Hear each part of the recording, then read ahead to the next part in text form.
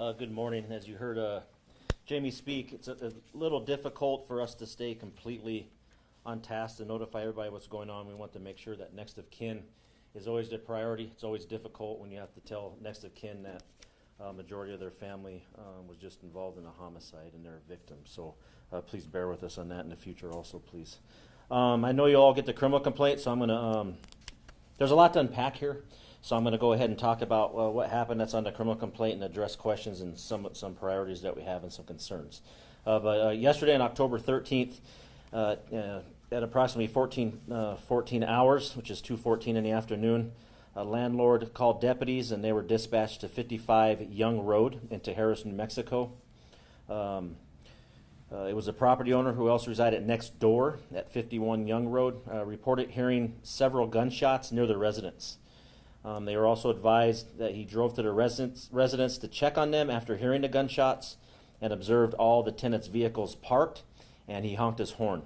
Upon this and the suspicious activity, the landlord returned to his residence and called deputies. Our deputies then arrived at the residence at approximately 1500 hours, which is 3 in the afternoon. And at the front door, they were able to contact a resident identified as Adlai Maestre. Deputies immediately observed what appeared to be red blood stains on Adlai's clothing, and without being prompted, Adlai began making statements about killing his family. Deputies detained Adlai and found him in possession of a handgun, and they quickly searched the interior of the residence, located a large amount of blood, but no other persons inside. Adlai continued to make excited utterance and statements to deputies before detectives arrived. And once detectives arrived, they considered Adlai was making delusional statements, and also noticed and they revealed 3 family members that were laying in a ravine around the residence. Like I said, this is fresh, this is new, there's a lot to unpack here. OMI is still conducting an autopsy, so we're still finding out numerous other details on what the evidence that we have towards the bodies and the decedents. One of the first things I'd like to say is condolences to the family and everybody in the community. Anytime we have a death in the community, no matter what the circumstances, that's someone's family member. So it's always difficult for our personnel, for our community, and our detectives. As usual, I'd like to thank our detectives and deputies. It is a difficult case. Reminds me of when we did the Nehemiah Griego case. I was one of the main detectives there. It's also a follow-up for detectives to make sure they're okay, but we're first here for the community and their family to make sure they're getting the services rendered that they need. I know there will be a lot of questions. Again, some of the details are very fresh. That's why I'm a little late. So I was just being briefed by the lead detective, Mr. Carroll, standing beside me here. But a lot to unpack here. And I will tell you from what we know thus far is we know that the 60-day legislative session is coming up. And I'll be completely honest. You all know how I am already. There's a lot of concern in this case. We have to figure out something to make sure that the system is not failing our community. This is going to be an example of a case, unfortunately, with 3 deaths that's going to be utilized. And we're going to be talking about red flag law. We're going to be talking about competency. We're going to be talking about extreme animal cruelty and so much other things. It saddens me to come up in front of you. The brief and a whole family has been murdered in cold blood, but we know throughout the investigation that so many other details that we don't know of will be revealed, and many more questions will come to light, and questions that I will have also and address with lawmakers on what we can do.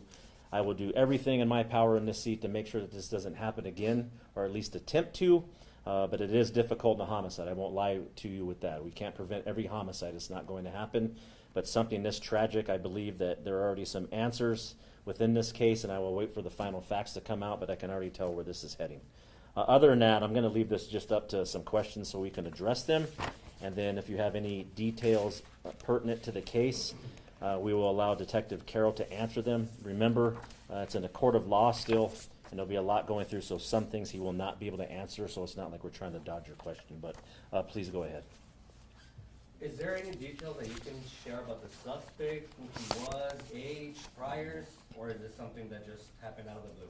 Yeah, so I have a behavioral health sheet that was just written up this morning, and I'll tell you, 8/29 of 2000, Adlai Maestre is his name. That is the suspect that was taken into custody.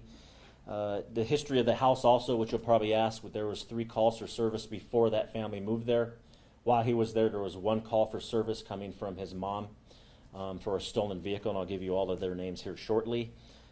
I do know that we were notified, and it's indicated there was previous law enforcement contact. All I can do is confirm that it was not our agency. It's early in the investigation, so we'll still be looking into that. As far as the victims' names, I'll give them to you now. Is the father Raimundo David Vera Maestre, 46 years of age. Mother Bertha Maestre, 51. Brayley Maestre, 17. And then there was also a canine that was shot several times within the residence also. Please go ahead with any other questions you have. Can you spell that last name? Yes, it is Mestre.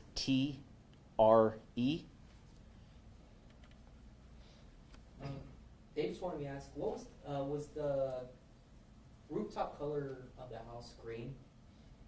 I'll get into specifics on for the residents you're looking for. I'll let the detective answer. That's very dark out there, so we'll verify that for you. As far as description of the residents, I'll let the detective answer some of those questions. Anything else? Sheriff Caitlin, you mentioned the delusional statements the suspect made. Also, I saw in the criminal complaint he broke through the wall trying to escape. Can you talk about what treatment the suspect maybe saw, seeing that it seems like a mental health disorder may be at play here, and where he's being held right now? This is where I told you there was a lot to unpack. We know that he went to Haven and that he had no homicidal or suicidal ideations. This is where I tell you there's so much of the red flag law and competency that's involved. We do know, and I'll give the specifics to you also for the firearm that was utilized. It was utilized but given to this family all legally. The problem that I'm having just with the preliminary information that I have is if you went to get a mental health evaluation, even if you didn't have any homicidal or suicidal ideations, there needs to be some type of recognition within the system or notification to law enforcement that there are firearms in this house. This is where the red flag law does come in and where it does fail us also to where it's civil, and it needs to have some type of criminal or a different implication. It's keeping our hands tied, and I am not saying that the red flag law would prevent this triple homicide, but it would at least give an indication for detectives to do follow-up to make sure that we are doing everything within our power to make sure that a homicide or a suicide does not happen. Those are a lot of the loopholes and the weaknesses in the system in totality that come together between competency, red flag law, animal cruelty. Everyone's going to talk about the tough crime approach. This could have possibly been preventable. I don't know 100%, but I do know that there should be some other warning signs or signals and collaboration and communication within entities completing, not just law enforcement, but with mental health and hospitals to make sure that families and communities are safe. We do know that it's a triple homicide. Everybody is going to ask if everybody's safe in East Mountain. Yes, they are. Everybody's taken into custody. But this is a major case that's probably going to be utilized, unfortunately. This is one of the failures that we have, that it's our responsibility. When you're in homicide, you speak for the decedents. You speak for the family. It would be irresponsible for us not to address the hard issues and bring them to light. We want to make sure we can do everything in our power to prevent this from happening again, and we will do so. And just a quick follow-up clarification. He went to Haven after being arrested? Now, he went to Haven before being arrested within the last year. We're getting those dates now. Like I said, it's fresh. My question would be, as the sheriff, is what came out of, and of course there's HIPAA law and other items that are of concern. My question is, why wasn't law enforcement notified? And if they weren't, why? In the totality of the circumstances, is there a better system we can have in place to keep the privacy of that individual? But also, I just had a press conference on children's crime and exploitation on the internet. I can't blame anything on the family. I would not do that in this case. It would be inappropriate because they're all decedents. But please pay attention to any of your family members that have any type of behavioral health issue and you have firearms in the house. That is a red flag, pun intended. We need to start paying attention and doing our part also, just not law enforcement. When was the last time that you called sheriff's office investigating triple homicide, and especially in Tijeras? In Tijeras specifically? Now, I could tell you in Bernalillo County, one of the last one was the Nehemiah Griego homicide. A triple homicide was probably back in the early 2000s, and that was by detectives before in the East Mountain at a party with Mr. Craig. I remember that specifically because I was on that case when I was a new detective in homicide. Recently, it's rare in the East Mountain and all of Bernalillo County. I would think the Nehemiah Grego case was probably the biggest one for our agency. I'm trying to think of others, but I'll be responsive for our agency.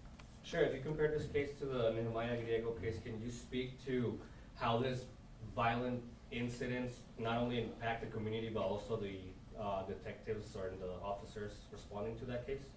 Yeah, and no offense, I'll correct you a little bit. I don't think they're comparable, but I know what you're getting at. Every circumstance, and when it comes to multiple homicide scene, has a special and different message and issues and problems. When it's specific to deputies and detectives and our community, it's a huge impact because the big question is why. The big question next is how could this be prevented? 3, how do we move forward with this not happening again? As far as family, I can't be disrespectful to them. I don't know their family. I just was introduced their names probably 30 minutes ago. I won't speak in relation to them, but I can speak in relation to our detectives and deputies. This affects you. It still affects me from being in the house with Nehemiah Grego, and just not the scene itself, but everything else through the hearings, through the trial, everything else that has gone on, seeing what detectives that are retired from here now, what they're still going through. It will have an impact and a scar on your life forever. It depends how you deal with it. This is why I'm so adamant on behavioral health, not only for our community, but for our agency. And we've changed that culture, and we will make sure that they are taken care of. Look, everybody in the community, including all of you standing behind the camera, everybody has a different resiliency factor. Everybody handles everything differently. We want to make sure that we're here as support. I want to make sure that I'm here specifically as John Allen, not the sheriff, but to make sure that my people in the community are okay, and that's what we're going to do. What are some of the obstacles that you guys have ran into when it comes regarding this case? The obstacles, first of all, is the scene itself. How do you process and go through it and staying focused on your job with not letting emotion affect you? That's why we have a hard process to get into the agency as far as psychologicals and things of that nature are concerned. And then it's the investigative portion. Everybody will think that it's very easy because we have someone in custody. I will tell you from experience, when you have someone in custody, when it's a multiple homicide or when it involves a family, it's probably one of the most difficult cases that you will ever handle for the next 3 or 4 years, if not your whole life. Other obstacles, it comes down to things, what can we do better as an agency to respond? How can we respond better to all of you? How can we be resilient? But the biggest thing, I would say, the obstacles that are coming up is everything that we're talking about, that all of you report on every night, is the system itself and how we can help our community. Not just law enforcement, but help our community, and how do we give people the resources, the knowledge, the follow-through, the help, the response, so this doesn't happen again. Unfortunately, I'll be very upfront with you. Will this probably happen again? Most likely. This many people in a family, it's more rare in Bernalillo County, but it's a significant blow. And this is something, again, that is our responsibility to take the torch and carry to Santa Fe to make sure that we can prevent everything we can and find out all our weaknesses, just not our strengths, what we can do to make this place better. This might be more for the investigators. Do you know were the deceased found? I guess they were found in a ravine. Do you believe that's where the homicides took place? And do you have any inkling of a triggering event that may cause? Yeah, and I'll let Detective Carroll speak. I knew that question would come up. Triggering event, we don't know. It's too early in the investigation. I will tell you that the ravine is most likely a secondary crime scene. You can tell from evidence that Detective Carroll found within the home. We are also the biggest question to answer any others, because I know that'd be the next one. How long were they there? How long did this actually happen? We don't know. It's still very early. A big piece and significant evidence is always through the Office of the Medical Investigator, and wait till the autopsy is complete, and then any other evidence that is coming forth as we speak and as we're standing in front of you. How long do you guys think it would take for you guys to know the results of, I guess, the autopsy, or just how long they were there? It's unknown. By this afternoon, if not 3, usually through protocol, you will start to get preliminary information. After this, Detective Carroll will go to the Office of the Medical Investigator and speak to them themselves. For the report, for everything that comes out of an Office of a Medical Investigator investigation, that takes a while. You're looking at toxicology. You're looking at a lot of different evidence. There really is no timeline other than something that's significant, and the OMI investigator can tell you up front, which I wouldn't do that out of respect for the family and the investigation. But the timeline, usually this afternoon, we start getting preliminary info, and then what's requested later from things that match at the scene compared to the body that's at OMI, or the bodies at OMI, other evidence that we can follow up on. Also, was there any indications either in the history of the suspect or on the scene that would suggest that there was any drug involvement in this? No, we don't know that yet. Like I said, it's very early in the investigation. We will look into all those questions that you're asking and see. Again, the question is going to be why, what is the trigger, how did this happen, and then the time frame. Very early in the investigation to be able to answer those questions specifically. How long? Go ahead. Please. No, go ahead. Respecting HIPAA, of course, after the suspect was arrested, can you talk about maybe what mental health resources he was able to be brought to, and like where he's being held now in light of the difficulties with the situation? That is in progress now. Okay. So once it goes and he is arraigned, that's left up now to the criminal justice system. That's where we split it. I wouldn't say that we've done our job. We're far from being complete from it, but this is where I'd like to see criminal justice follow through. And what we've seen from my past experience on cases such as this is the judge will see what is going on, and we'll see what evaluation happens, and then there's a court of law. What's his defense attorney going to want? What are we going to see? They'll dig into all the HIPAA things that we don't even know right at this point. What is the appropriate treatment? I won't talk about accountability and putting someone in jail. This is a huge case to unpack. There is a lot of details I don't even know about right now. I just know how this evolves here in the next 24 to 48 hours, and there's going to be a lot more that comes out. He's currently at MDC though. Do you have the spelling of the first names of the victims? Yes. Father is Raymundo, Raymundo. Mother is Bertha, Bertha. Braille is spelled different. It's Breille.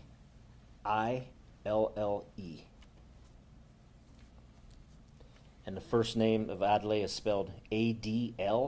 And did you have his age again, the suspect? The suspect's age will be 24 years of age. Father will be 46 years of age. Mother will be 51 years of age. Sister will be 17 years of age. Who owned the gun and what kind of gun was it that was used? Sorry that they just sent me this question. Oh, that's where I would tell you, I think I mentioned it earlier. I won't mention specifically the firearm right now because we have to confirm ballistics and things of that nature.